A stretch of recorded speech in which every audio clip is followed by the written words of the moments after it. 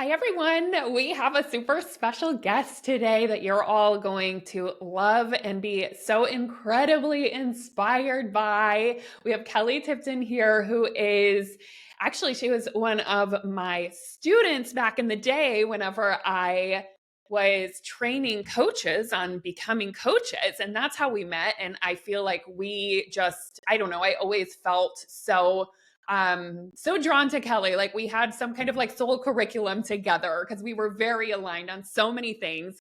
And then about 1 year ago, yeah, it's almost coming up on 1 year.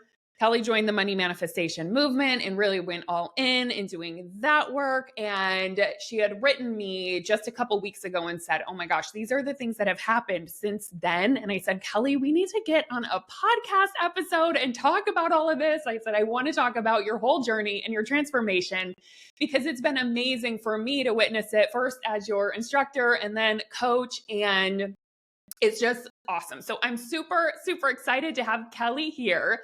So before we dive into it, I'm going to tell you all a little bit about Kelly. So she is the owner of Ruby Red Media Group, specializing in automotive advertising and marketing for over 15 years. She began her career in New York City working in national campaigns for Wendy's and Verizon Wireless. In 2009, Kelly returned to Texas to marry the love of her life and launch her advertising business. Despite initial challenges and self-doubt, Kelly persevered, growing her expertise and confidence in the marketing field. In 2021, she expanded her skill set by becoming a certified life coach, helping female entrepreneurs navigate negative emotions such as anxiety, self-doubt, and overwhelm to create the career of their dreams. Kelly's marketing creative power and mindset coaching has made her a sought-after thought leader in South Texas. She holds a degree in the University of North Texas and is a certified Kundalini yoga and meditation teacher from Rama Institute of Applied Yogic Science in Los Angeles and is certified through the Life Coach School. Kelly is happily married to her husband, Nick, and together they have 2 children.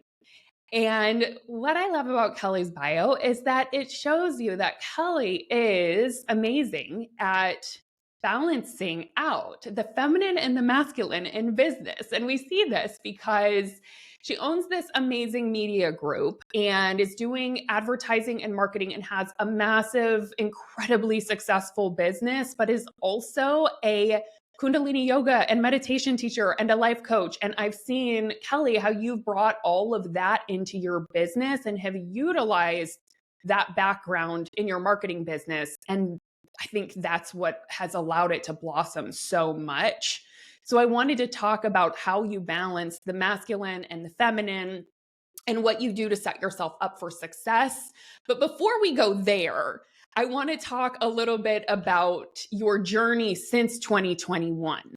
Because when I met you, I think, was it in 2021? So, Okay, yeah, when you became a certified life coach and you were actually going to become a coach, was your intention to let go of the marketing, or was it like whenever you started thinking about coaching, what was the idea? yeah, so the idea there was, okay, we had just gone through COVID and I wanted to like recreate this image of myself.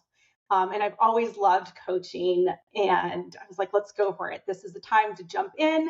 Let's do it. And Yep. so that's where I met you, Jamie. And I remember receiving the email like, Jamie Berman is going to be your coach. And I was like, I don't know who she is, but I know that I'm going to learn so much from her. And it was really like this energetic match. I really remember the moment in my life where like that email came in and I was like, okay, we're going to work together. Yes. So it was since then I started my coaching business and was also working in advertising. Yeah. And so it went well. I was balancing both at the time, but really like my spirit always kept on going back to advertising. It's just Yeah. something that was very natural to me, something that I had studied. And really, if I look back, back in the 2000s when I had graduated from college and was really visualizing my life, Yeah. it's what I had at that time. Mhm. It was successful. I was making money. I knew how to be creative and solve anything that anybody wanted for their business. I Yeah. could do that. Yeah. And I remember it was like a year ago when we were talking, because that's when you joined the movement and you were like, the advertising business is killing it. It's doing amazing. I'm bringing in more and more money through that as I practice all the mindset and the coaching and all of that. You're like, it's improved the advertising and marketing business. And you're like, but this coaching business, I don't know. You're like, let's work together so you can help me grow the coaching business. So at first last year, I remember that's what we were working on, right? It was like, you were like, really wanting to grow that. So I want to talk a little bit about that journey and how that felt, and how you ended up eventually. It's not that you let it go, but it's like you use it in a different way. So tell me a little bit about that, of how like 1 year ago you were grinding trying to get the coaching business going, and now there's much more ease and you have grown so much this year in a different way than you probably expected. Yeah, it was so cool because it was like these parallels happening in two businesses. One was advertising business was going, I kept doing that, right? But then I had learned this new skill. I had joined groups and I was like, okay, you're a coach now, 100K, 100K, 100, like that's all I heard. So I was like, okay, I got to make 100K to be successful. Yep. Otherwise, I'm not a successful person. All while I was using like that mindset and all of that towards like, it was a subconscious thing in my advertising business, right? Yeah. And the thing was that in my advertising business, and this is how the movement helped me, I didn't really know how to look at numbers. Like I knew how to put budgets together for other people, but looking at my own numbers in my business, like P&L, I was like, I don't know what that means. Yeah. Like that's weird. Like, and so what happened was I decided to hire a CFO, amazing, and a bookkeeper to really help get my books in order. And CFO helped me understand what my profit and loss, what it meant, what a balance sheet meant. And I was like, she's like, your business is really like making a lot of money. And I was like, it is. And I was like, oh my God, but all I want to do is make $100,000 as a coach. And she's like, this is a really successful business. I told you what that number was. And you're like, well, why don't you stay in marketing? And I was like, because I said I was going to do this. I said I was going to become a coach. So that's how that kind of manifested and started kind of questioning it. Yeah, that's amazing. I know. I remember this. And it's not like, it's funny because whenever you say that, it sounds like, oh, maybe it's a new business. Like maybe you're just, maybe that's why you didn't know what you were bringing in. But no, you were bringing in like a big solid number and you loved it. And every time I heard you talk about it, you're like, yeah, it's so easy. I'm naturally good at it. It's great. I'm like, I'm like, of course, if you have a soul calling to become a coach, let's go. Right. But I was feeling it was just like a lot of resistance. So I was like, let's just question this. Why? And I remember, I think it was actually we had a consult you were thinking of joining the mastermind back in, it was November. Yeah, November. And we had a consult about it. And I remember thinking, I'm not finding the why. Like I kept digging for it and I'm like, why do you want to do this? Or what's the vision? I'm not seeing it clearly from you. I'm not receiving it from you. And that's when I was like, I don't think the mastermind's right. Like right now, I was like, let's stick in the movement. Let's figure out what you really want. Cause I couldn't see a solid vision from you. Like whenever I asked questions, it was more of, I think, and this is what a lot of people fall into of I should, or this is what people say is successful. So what happened after that consult where, we just started kind of opening up the question of like, is this actually what you want? Yeah. For me, when you asked me that, the why, I really did not like my answer. Why? Like that did not light me up one bit. And I just got real with myself. I was like, okay, well, I'm going to try one more thing. And all while I was doing that with my coaching business, I was doing really good over here in advertising, looking at the numbers, campaigns were successful, all that good stuff. So from there, I said, well, if I am bringing in this much money, then how could I make this bigger? Like, what is it that I really need? What's keeping me back from being even more expansive? And I just came up with this vision of what it looked like to be even more comfortable in bringing in money and expanding. And part of that was creating a team because I was doing most of the work on my own and then had a lot of virtual teams. so that there, I was like, whoa, well, I could actually have a team of people to help me and I could delegate all of this and have more peace of mind and freedom and really grow from there. And Yeah. that really lit me up. I was nervous because Yeah. I kind of believed that I couldn't manage people for whatever reason. I was managing, you know, virtual teams. Yeah. I didn't think that I could manage like an assistant or my Mm. content manager. I And stepped into that idea, yeah. not knowing exactly how it would come together, Yeah. but I started to believe that. And really, a Okay. lot of the work that we did in the movement is really what helped me just like move forward. So the best advice I got was like, hey, maybe the Soulful Six is not for me. Yeah. And it wasn't at that time because I really had some like foundation to lay down. Yes. Yeah. And that's the thing is like unless I see that there is a vision and there's a clear project you want to work on, I'm like it's not the right container, but the movement I knew it was and I knew that that could help you get clear. And so I was like let's just keep working on getting clear. Yeah. So at what Yeah. point because it can be hard to release a vision that we've had cuz you were also manifesting this 100K coaching business as well. And it can be scary to let go of that vision. I know for me, when I've made pivots, I've really questioned myself like, is this right? Or am I giving up? And, I just get in my head about it.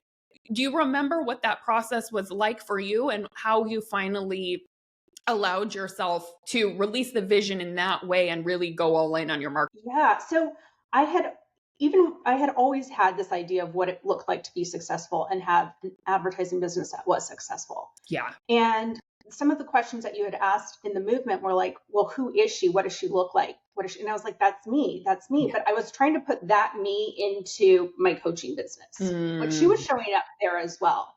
But it was really part of knowing, okay, well, if I'm already there in my advertising business, can I even step it up even more and take some more courageous action and call in this team that I visualize that I want yeah. to help support me there in advertising?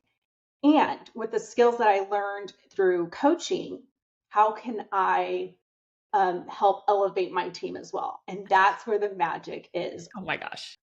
All of the skills that I have coaching myself, coaching other women, Yep. I can now take that with my assistant, with my virtual teams, and get really crystal clear in what it is that we need to do for clients, those projects, what they look like, Yeah. and in a loving, kind, compassionate way, lead the team through all in any obstacles, any challenges coming up. Yep. I feel really grounded in my mind, who I am, what I want, what I can see, and then I can just guide them to make it happen. Yes. Oh my gosh. So it's almost like you just gave yourself permission to let that vision pivot. So it's not like you even released the idea of being a life coach. It's like, where can I apply those skills in a way that feels more fun, that's going to actually allow this vision that I'm seeing in my mind grow? I love that. I think it's amazing. And I think that's one of the keys is just like we have to let go and decondition all of the shoulds and the ways that we think that we have to do it. And sometimes we have to have that honest conversation with ourselves. And I think it's with our soul, not with our ego, because our ego always goes for like what we think we should do or what like society thinks or any of that. So I'm like, on a soul level, what do I actually want? I think it's one of the most powerful questions we can possibly ask. And then it's led you to this. And ever since then, oh my gosh, the growth of your business in the last even 6 months or, overall year, you've had incredible growth. But now you have grown this team and you've stepped into a new identity. So, what are some of the manifestations that have been an effect of like really letting yourself go for what you want and challenging this idea that you can't manage a team and stepping into this greater vision? What's happened? What's shifted? Right. So I really, for a long time, most of my career kind of just held back thinking like, I don't really need any more help. Like I can do it all. Yeah. And I noticed that that was really like an energy suck. Yeah. Like it just kind of kept me spinning and not really moving forward. And part of that too is just our family businesses. We have several businesses and continue to be more creative and more creative opening other ones. So I know that my own like feminine power is to hold those visions and energy for my husband. Yeah. And he's not totally into manifestation, doesn't really know, but he'll ask me to go and do the work. I love And so it. part It's like it he'll what works. we'll do is do work, like however, but he doesn't want to be part of the process, which is Yep. fine Yep. because in Kundalini yoga and spiritual teaching in a relationship, two people can be together. One can hold the energy for the Mm, relationship, and so I step into that every time we're like talking about the future and what it is that we want to bring, create. yes. I just use a lot of the tools that we've learned in the movement into those practices, and things come together. I don't know how. I Yeah. can't tell you exactly how, but I know that I am grounded and have this skill on visualizing what it is that I want to create. Yeah. So what looks different about your business this year from last year? So big difference is, well, two. One, I have an amazing assistant who I love so much and can count on with everything. Delegate, she gets things done. I'm an amazing content creator who gets things done. We've created system and processes Yeah. to make sure that things don't fall through the cracks and are getting done. And that is just such a relief of like my time and mind Yeah. space. And I Yeah. feel with that, I'm able to think about either solving problems, being more creative, coming up with solutions for clients. So that's helpful. That has been released. And then another part of this process is was learning about like numbers, Yeah.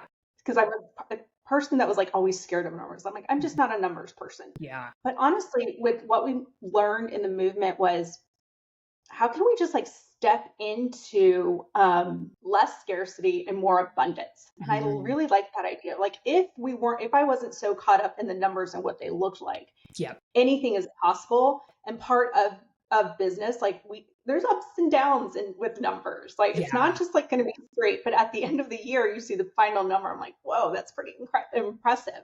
So I was really able to let go of like drilling into what specific numbers look like, Yeah. and instead kind of like open up my heart and mind and know like this will work out. I don't Yeah. know exactly how, but it always works out. Yes. Oh my gosh. Amazing. And the business has grown as an effect of that, right? Right. I it's so fascinating because I thought that like business growth would be like, oh, I'm going to change, I'm going to be a different person, and I'm Yeah. going to like none of that has changed. I feel like I'm just wiser and smarter and like know how to look at numbers. Yeah. And they don't, I don't want to say they don't mean anything, but the negatives or the positives, I'm really like I feel like I can write it Yeah. more neutral without the big highs and lows of it, Mm, because I know that it fluctuates and it always works out. So oh that my was a gosh. big part of the growth. Yeah. And in the past, are you saying like if you had like a down month or an up month, it was just more of there was more feelings around it? Well, I'll even get clearer. And I'm so like, I can't believe I'm going to say this, but I'm so honest. I never knew how to look at the numbers. Like I was so scared of looking at the numbers in my Yeah. business. I just knew somehow I knew how to pay my vendors and take Yep. money for myself. Like Yep. that was it.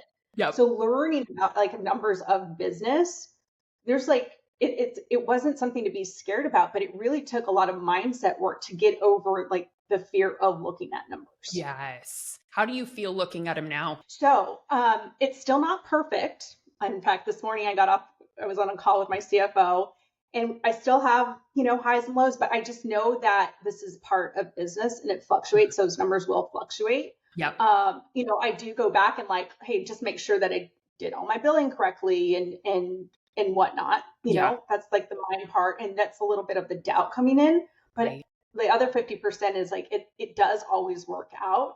So Yeah. I'm certainly not going to lose sleep over this. Yeah. I'm not going to be stressed out screaming at my husband or kids because of the numbers. Yeah. My old self would have done that. Like I would Gotcha. have hid, Yep. I would have like freaked out. Yep. And now I'm like, okay, it'll work out. It'll figure itself out. Somehow Totally. it does. I don't know exactly how right now, but it will. Absolutely. And what's great about actually looking at numbers, because I totally hear you. I used to be I'm not a numbers person. I'm not good at math. I didn't look at any of that.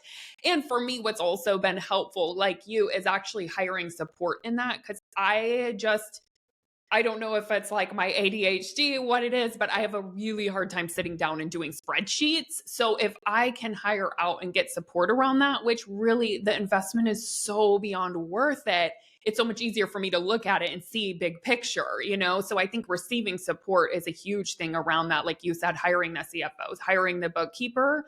But what I also find so beneficial is that then it helps you understand patterns so much more in your business. So it's like, oh, of course, it's down a little bit, let's say June and July. Oh, that's natural. This is what happens in my business around this time. Most of the time, we have a little dip these months. So it's like we can really start understanding the patterns of it, and everyone's business is different, of course. But that's what was really helpful for me, is like starting to see those things. That way, it wasn't like this huge, scary thing that I didn't understand. So I acknowledge you. You literally, your identity has shifted in the last year from like solopreneur to like you are a CEO, you know, you have stepped into that. And I know it's been a journey for you. And I know you've done it one piece at a time ever since you decided to really go all in on this vision of expanding your advertising and marketing business. And it's been so fun to see, because it's like, there'll be times where I remember you to get coached and you're like, or you're like so much fear around hiring or around stepping into that. And then 2 months later, you're like, I got my dream assistant. It's good. I'm managing her. And I'm like, that was fast, you know? And just like little by little, I saw you step further and further into this, and look at where you are now 1 year later. It's absolutely inspiring. Thank And you. It's so yeah, much fun. yeah. So I want to talk a little bit, because when you were sharing you sent me a list of so many different wins that you experienced in the last year, from incredible business growth to, you know, having a team, and even like personal things. And I said, let's talk about this. And you were like, you know what? I also want to talk about is also how you feel having the manifestation. Like you said, I thought it would feel really different, but I feel like myself. And I want to dive a little bit more into that, because I actually think it's helpful to know for as we're doing future self work. Because I think sometimes we envision this future self that makes all this money, that makes the 7 figures and does this and has this or has whatever it is, right? And we're like, oh, it's just bliss all the time. My future self is so calm 100% of the time. I never experience any negative emotion. I know that's where like my future self points me. But I think it's fun to help, like, actually look at it as like, no, they're actually not that different. What do you notice is different? Like what is the same and what's different after having this big leap? Yeah. So the same is like, I'm still a human. Yeah. I still experience excitement and I still experience nervousness. Yeah. What has changed though, because I used to think like, okay, and this is in all parts of my life, Okay.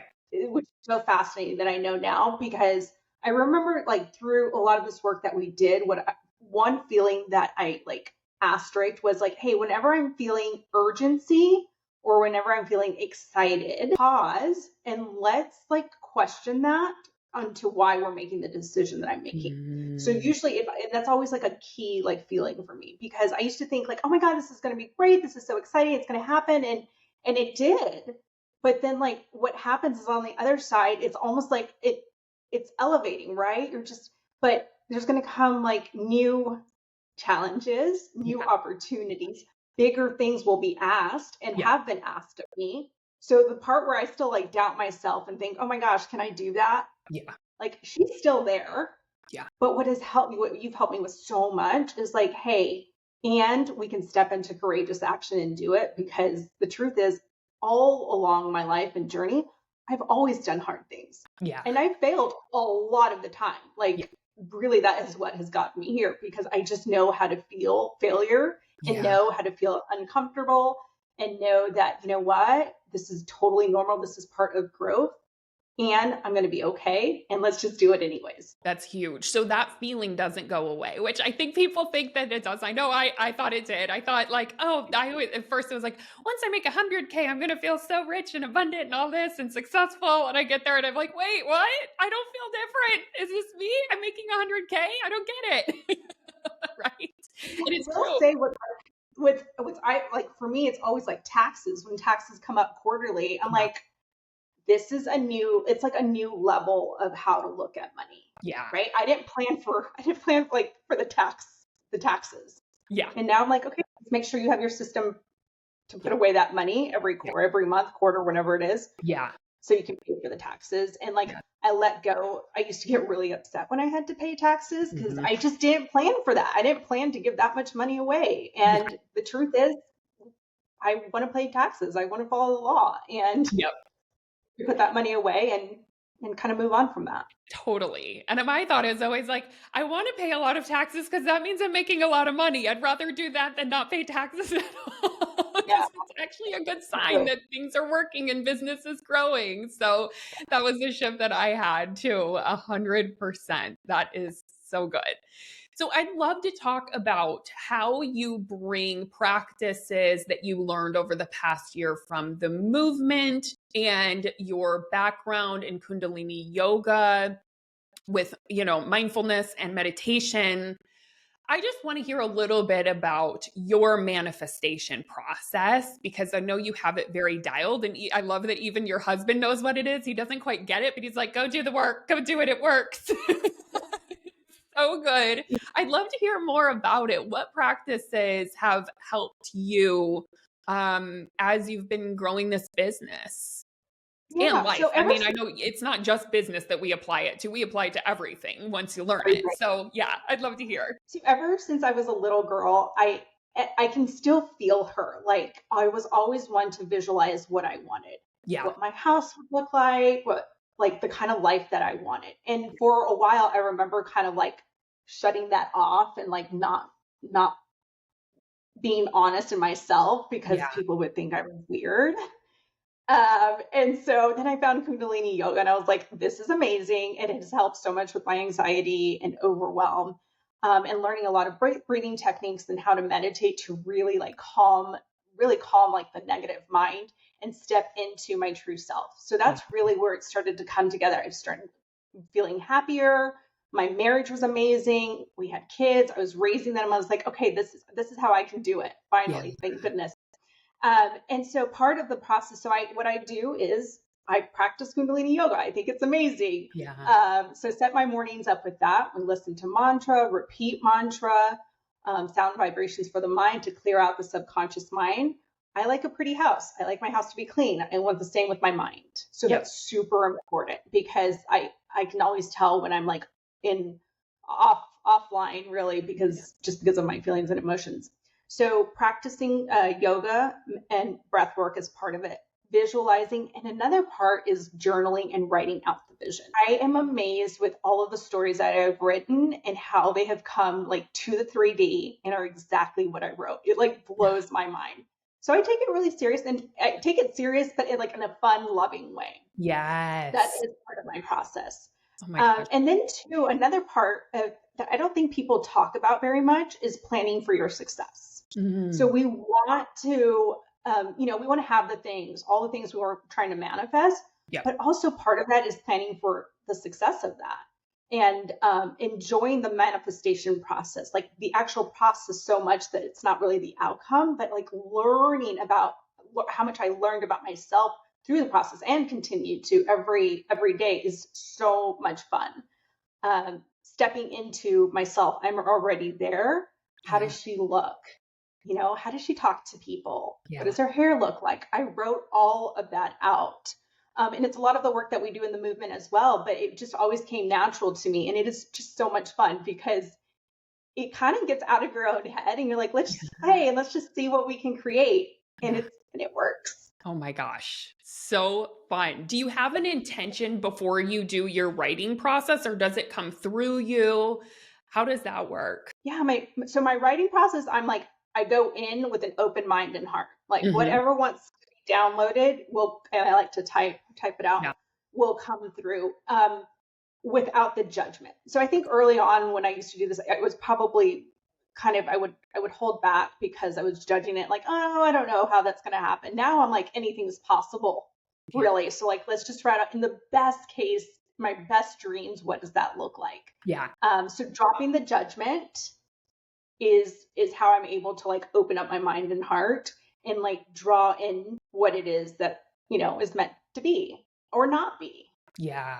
So it's a non-attached. It sounds like that. It Yeah. sounds like, yeah, like you said, it's coming from like a fun, playful. I mean, you even light up when you talk about it. How do you not take it too seriously? Because I have this belief like it always works out however it's supposed to. So Beautiful. even when I have like something very specific, I have noticed that maybe it doesn't specifically happen like that, but it happens like in some sort of dimension. It Yeah. still comes down. And I'm just aware of that, right? So I like in my mind make a mental note. I think that's where the mindfulness and really stepping into like gratitude, Yeah. thank you, and appreciation. And that's what I think it like amplifies even more. I And it's like from a place of love too, and being genuine and authentic. Like when I just decided to step into this is who I am, Yeah. people can feel that vibration. They're like, there's something about you when people you have lunch with me or we talk and hang out, like just feel comfortable and we talk about all the things.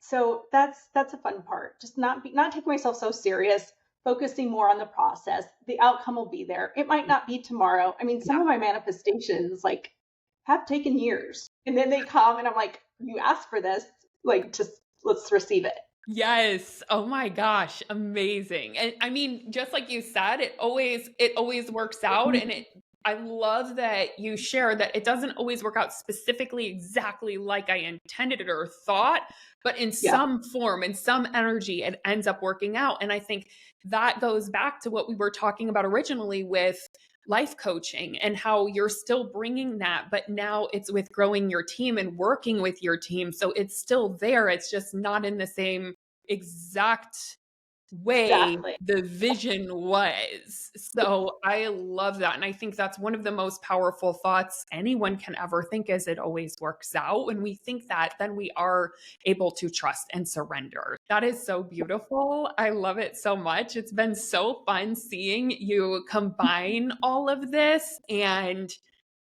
I mean, it's what I love too, because it's like, it's the thing that works. Not that I don't show up and work and, tap into my masculine too, but I wouldn't be where I am today without that inner work and bringing this spiritual element to it.